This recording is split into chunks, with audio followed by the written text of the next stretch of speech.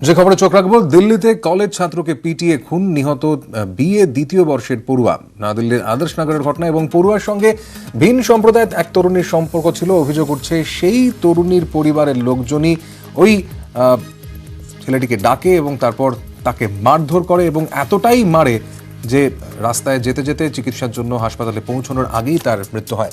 গোটা বিষয়টি সম্পর্কে আমরা আরো বিস্তারিতভাবে জেনে নেব। এই মুহূর্তে সরাসরি চলে যাব দিল্লিতে, সেখান থেকে সুशील पांडे আমাদের প্রতিনিধি রয়েছেন। सुशील जी, जानना चाहेंगे ये दिल दहलाने वाली घटना है, क्या जाना जा रहा है इसके बारे में? जी देखिए, साफ तौर से इस पूरे मामले की जो घटना है उसमें ये बताया जा रहा है पीड़िता की तरफ से कि जो पीड़ित जिस लड़के को मार दिया गया पीट कर, उसका नाम राहुल था और वो फिलहाल अपनी ही गली में ट्यूशन देता था।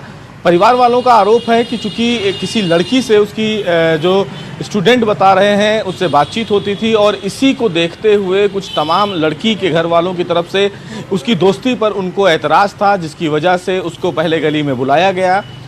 परिवार वालों की तरफ से कहा गया कि करीब 15 लोग थे जिन्होंने उस लड़की के साथ उसको बुलाया दूसरी गली में और उसके बाद उसके साथ मारपीट की गई। चूँकि मारपीट इतने दर्दनाक तरीके से की गई कि उसे बाहरी कोई भी चोट नहीं आई, लेकिन आंतरिक रूप से उस लड़के को काफ़ी चोट आई, जिसकी वजह से उसको परिवार वाले उसके अस्पताल लेकर गए। लेकिन अस्पताल में डॉक्टर से जब इलाज करवाया गया तो वो इलाज फ़ायदेमंद नहीं हुआ, जिसके बाद लड़के की मौत हो गई। सबसे महत्वपूर्ण बात इस मामले में ये निकल कर आ रही है सुमित कि लड़की जो है वो मुस्लिम परिवार से ताल्लुक़ रखती है और जो लड़का है वो हिंदू परिवार से ताल्लुक़ रखता है। लड़का जो है वो दलित है, जिसकी वजह से ये बताया जा रहा है कि ये कहीं ना कहीं एक लव एंगल था, जिसमें फ़िलहाल तमाम जो लोग हैं उन्होंने मिलकर लड़के के साथ मारपीट की और लड़के के साथ दर्दनाक तरीके से मारपीट की। लगभग परिवार वालों के मुताबिक 15 लोग ऐसे थे जो उस लड़के को उनके साथ बुलाए हैं और उसके बाद बगल के इसके जस्ट बगल में जो गली है उसी गली में उसके साथ मारपीट की गई। चूँकि सीसीटीवी फुटेज फिलहाल से अभी दिल्ली पुलिस खंगाल रही है। एक सीसीटीवी फुटेज फिलहाल दिल्ली पुलिस के हाथ लगी है, जिसमें ये देखा जा रहा है कि एक लड़की के साथ और करीब 10 लड़कों के साथ वो फिलहाल उस गली में जा रहा है जहाँ पर उसके साथ मारपीट की गई। पीड़ित के जो परिवार के जो पिता हैं संजय, उन्होंने ये कहा है कि चूंकि उस लड़की को वो कभी नहीं देखा, उन्होंने देखा है और पता नहीं कि किस दुश्मनी की वजह से उस लड़के के साथ मारपीट की गई। और एक चीज सुशील जानना चाह रहे हैं आपसे, जैसे कि ये पूरी घटना घटी है, ऐसे भी जाना जा रहा है कि वो उस लड़की से इस लड़के का ज्यादा कुछ संबंध नहीं थे, कुछ ज्यादा बातचीत होता था, कुछ ऐसा कुछ मतलब कि क्लोजनेस नहीं था, उसके बावजूद भी ये घटना घटी। जी बिल्कुल, देखिए साफ तौर से यही पीड़ित परिवार भी बार बार कह रहा है कि उस लड़की के साथ उस लड़के का कोई संबंध नहीं था। लड़का केवल वहाँ के जो लोग थे उनको ट्यूशन देता था। पड़ोसियों से जब हमारी बातचीत हुई तो पड़ोसियों ने भी ये कहा कि जो लड़का था वो बहुत सीधे स्वभाव का था, बहुत सम्मान करता था, जो छोटे बच्चे थे उनको ट्यूशन देता था। लेकिन अब ये जो चीज़ें सामने निकल कर आ रही हैं जिसमें ये बताया जा रहा है कि लड़के का किसी लड़की के साथ संबंध था, उस एंगल को भी दिल्ली पुलिस तलाश रही है।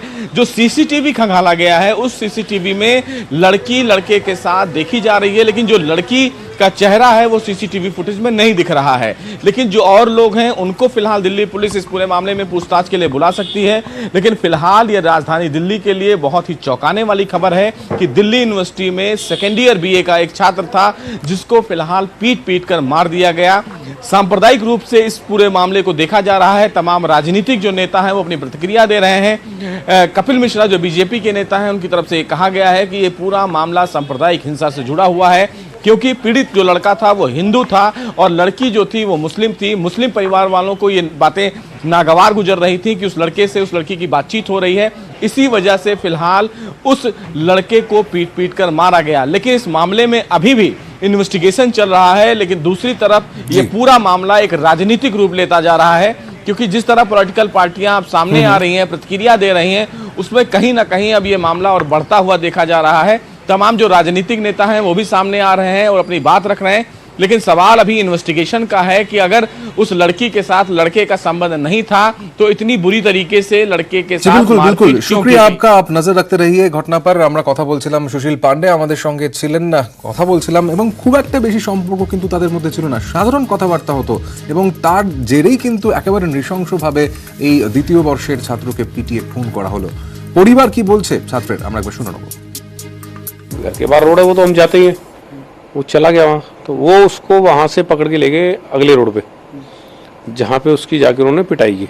उस लड़के को भाई ने पकड़ लिया था, उन्होंने कहा क्या हुआ, मेरी बहन से बात कर रहा हूँ। तो वो इसी की वजह से वो लड़का अपने भाइयों को बुला के ले आया, जो मतलब उसने बहाने से बुलाया कि भाई बच्चे को ट्यूशन देना है।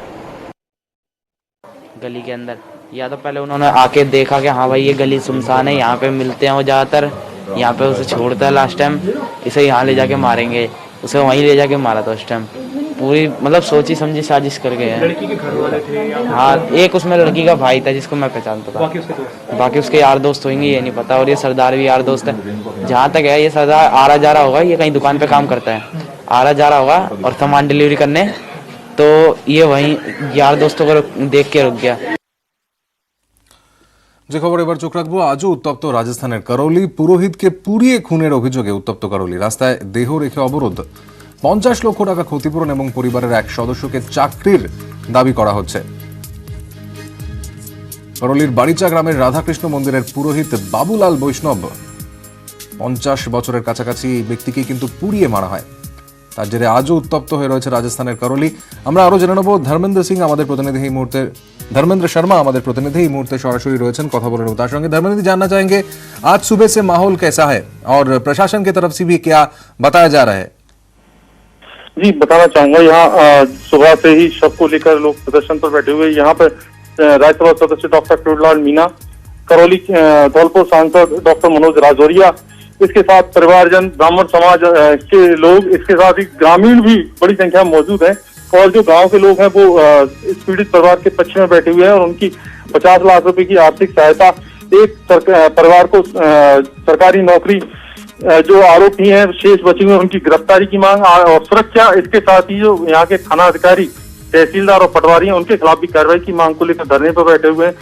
इसको जो लोग हैं उन्होंने अपनी समस्याओं जो मांगे हैं उनसे सरकार और प्रशासन को अवगत करा दिया है। प्रशासन और सरकार की ओर से कलेक्टर, एसपी ग्रामीण गांव में आ चुके हैं और वो यहाँ के जो प्रतिनिधि मंडल है उनसे चर्चा कर रहे हैं और जो उनकी 5 मांगे हैं उनको लेकर चर्चा की जा रही है। जी शुक्रिया आपका।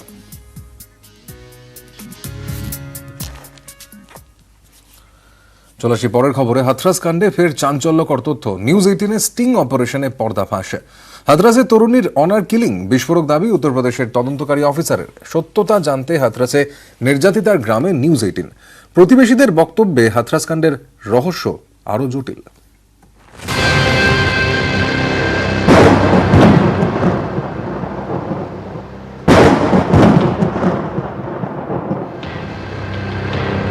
হাথরাসে দলিত তরুণীকে গণধর্ষণের অভিযোগ নিয়ে উত্তাল দেশ। উচ্চ বর্ণের যুবক গ্রেফতার হওয়ায় তুঙ্গে রাজনৈতিক চাপানুতর।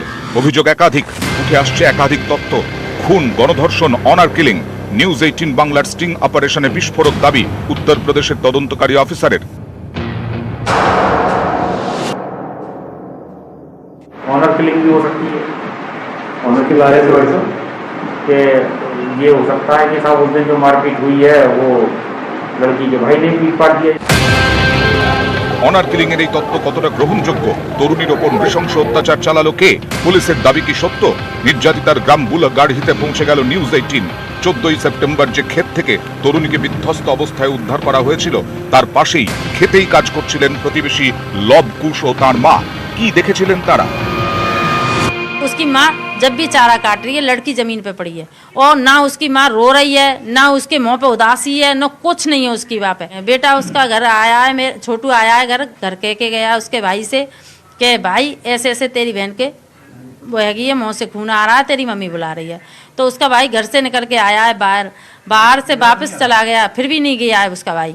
फिर दूसरी बार मेरे पास थे छोटू, मैंने भेजा है बेटा दोबारा चले जाओ उसके घर कहने, तो छोटू दोबारा कहने आया है, उसका भाई जब भी नहीं गया। तीसरी बार में फिर के थोड़ी देर पीछे भाई जब वहाँ पे काफी लोग इकट्ठे हो गए जब गया है। তরুণীকে ধর্ষণের অভিযোগে গ্রেফতার করা হয় সন্দীপকে।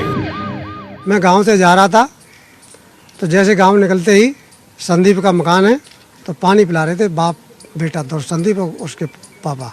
मुझे जब मैं अपने खेत के पास पहुंचा तो कराने की आवाज़ आई। मैं धीरे धीरे गया तो मैंने दूर से ही देखा था कि लड़की पड़ी थी और उसका भाई उसकी माँ दोनों खड़े थे और ये कह रहे थे कि संदीप का नाम लेना।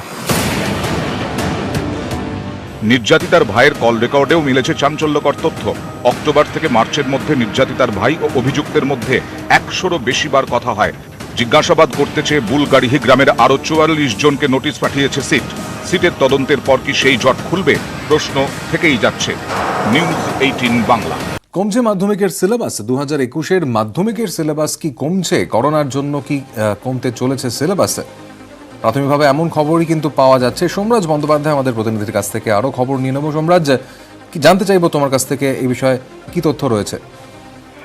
দেখো, স্কুল শিক্ষা দপ্তর সূত্রে খবর পাওয়া যাচ্ছে যে ইতিমধ্যেই স্কুল শিক্ষা দপ্তরের কাছে 2021-এর মাধ্যমিকের সিলেবাস কতটা কমানো উচিত তা নিয়ে খসড়া প্রস্তাব জমা পড়েছে। যেই প্রস্তাবে বলা হচ্ছে প্রথমত যে 25% পর্যন্ত সিলেবাস কাটছাট করার। সিলেবাস কমিটি ইতিমধ্যে স্কুল শিক্ষা দপ্তরের কাছে সেই সিলেবাস খসড়া প্রস্তাব জমা দিয়েছে। দ্বিতীয়ত যেটা জানা যাচ্ছে যে গত বছর মাধ্যমিক পরীক্ষায় যে সমস্ত প্রশ্ন এসেছিল, যে সমস্ত অধ্যায় থেকে, সেই অংশগুলিকেও বাদ দেওয়ার প্রস্তাব দেওয়া হয়েছে খসড়া প্রস্তাবে। যদিও এই বিষয় নিয়ে সিলেবাস কমিটির চেয়ারম্যান অভিক মজুমদার কোনো মন্তব্য করতে চাননি। এই স্কুল শিক্ষা দপ্তরের কাছে এই প্রস্তাব জমা পড়ার পরপরই এই প্রস্তাব স্কুল শিক্ষা দপ্তরের কাছে তরফে পাঠানো হবে মুখ্যমন্ত্রীর দপ্তরে। মুখ্যমন্ত্রীর দপ্তর থেকে মুখ্যমন্ত্রী মমতা বন্দ্যোপাধ্যায় সেই চূড়ান্ত অনুমোদন দিলেই 2021-এর মাধ্যমিকের সিলেবাস কতটা কমানো হবে সেই বিষয়ে তারপর তৎপরতা শুরু করবে রাজ্য স্কুল শিক্ষা দপ্তর। মূলত যে প্রস্তাব পাঠানো হয়েছে স্কুল শিক্ষা দপ্তরের কাছে সেখানে খসড়া আকারে পাঠানো হয়েছে, অর্থাৎ কোন কোন বিষয়ে কতটা সিলেবাস কমবে সেই বিষয়ে বিস্তারিত কিছু বলা হয়নি। মুখ্যমন্ত্রীর কাছ থেকে অনুমোদন এলে তারপরেই সেই বিষয়গুলি নিয়ে কাজ করবে স্কুল শিক্ষা দপ্তর, মধ্যশিক্ষা পর্ষদ ও সিলেবাস কমিটি। তবে প্রাথমিকভাবে এই সপ্তাহে বৃহস্পতিবার বা শুক্রবার যেটা জানাতে যাচ্ছে স্কুল শিক্ষা দপ্তর সূত্রে, যে স্কুল শিক্ষা দপ্তরের কাছে আনুষ্ঠানিকভাবে প্রস্তাব জমা পড়ে গেছে। 2021-এর মাধ্যমিকের সিলেবাস কতটা কমানো হবে, সর্বশেষ পাওয়া খবর অনুযায়ী 25% পর্যন্ত সিলেবাস কাটছাট করার কথা বলা হচ্ছে পাঠানো খসড়া প্রস্তাবে। ধন্যবাদ।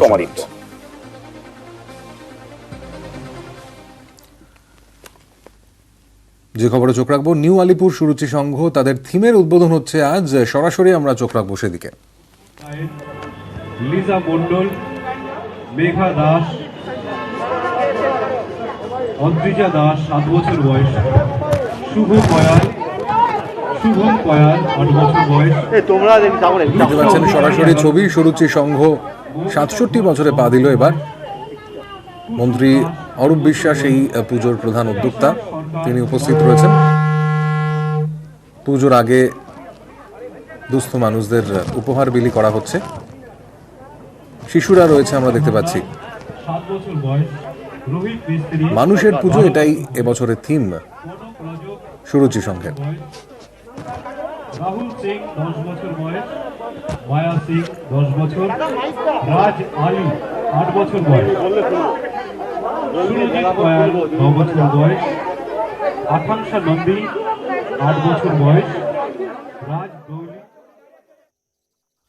আজও বসে নহবত। আগমনী সুরে ভেসে যায় বাঁকুড়ার ওন্দার চৌধুরী বাড়ি। ভাঙাচোরা শরীরটা ঝলমলিয়ে ওঠে। নিমকাঠের দ্বিভুজা দুর্গার আরাধনায় ক্লান্তি ভোলে 350 বছরের প্রাচীন জমিদার বাড়ি।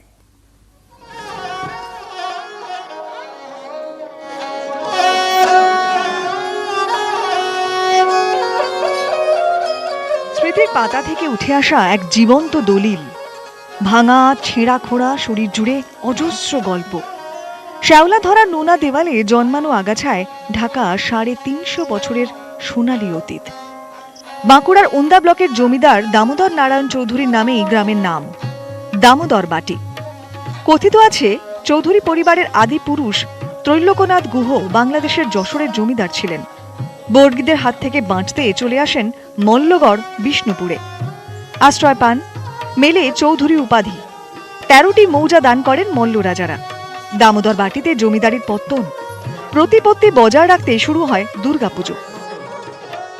এখানে দামোদর চৌধুরীর আরও অন্যান্য সন্তানরা এখানে দুর্গাপূজা যাতে করে বিঘ্নতা না হয় সেই জন্যে একটা দেবোত্তর 36-37 বিঘার মতো জমি দিয়ে গিয়েছিলেন এবং তারতে করাই আছে, লেখাই আছে যে সেই আয় থেকে পুজোটা পরিচালিত হবে।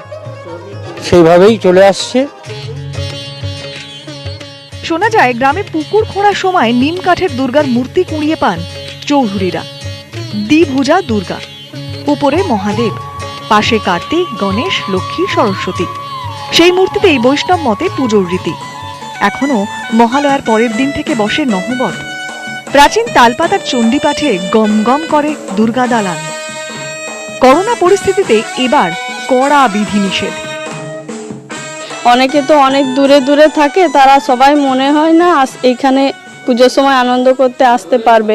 গাড়ির যোগাযোগও এখন কম আছে, তারপরে করোনার দূরত্ব মেনটেন এইসব তো আছেই, সেই জন্য এখন মনে হয় না এতটা আনন্দ হবে এবছর। পুজো মানেই শিকড়ের টানে ফিরে আসা পরিজন, আড্ডার ভিড় ঠাকুর দালানে। করোনা পরিস্থিতিতে এবার আড্ডা জমবে না, তাই মন খারাপ চৌধুরী পরিবারের।